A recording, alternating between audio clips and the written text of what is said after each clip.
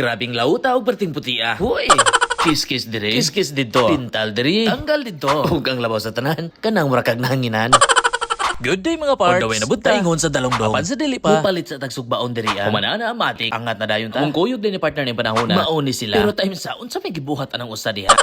Amo na giuslan ang bunggo nilang gay-gay. Kaya mo gikargahan sa teacher's table ni partner. Ang ikaduha kay daghan gyud pud sila. So pagkabot gyud namo amo nang gidiskarga ang tanan nga mga gamit. Pati na ang teacher's table ni partner. Uy Alfredo, unsa may mong gilantaw diha kaog maon? Mauna ni atong trabahoon karon mga parts. Mamintal ta karong adlaw. Apan sa dili pa napintala nato sa nagkiskisan. Imbento po ta og taas nga kuhit. Para kiskis sa ibabaw nga bahin. Kuyaw po ni gigamit ning usal lagaraw ang tirada. Ug sa walay paglangay nagmix na din kog pintal. Pero time sa aha ato sa ni paminaw na likramo niya.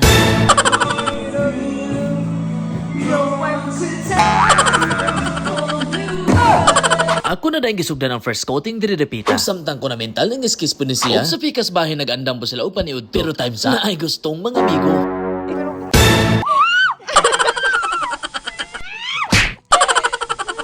Bahan na tragedani, hapit na tamakatunga. And nahuman na gyud nako ang first coating. And while na mental ko, gisugo pa namon ning duha og kabog tubig. Pero kuyaw ni kanagdala magteleskopyo ning duha. Unya kating paniod to naman. Matik, nangaon na ming tanan. Of course, di gyud na to kalimtan ang pag-ampo before mukaon. Aron nga kantuhon, mga una din ta. Uy. Human sa mo pagpangaon. Amo na yung gitang-tang ang chalkboard sa tubangan kaya amo ning ilisdan.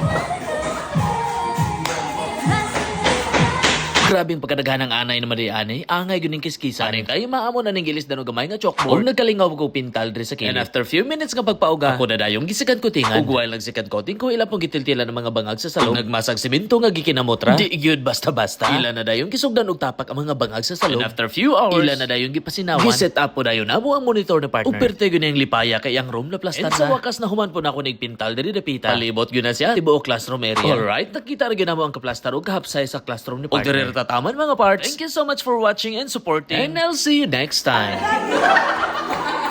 Okay na.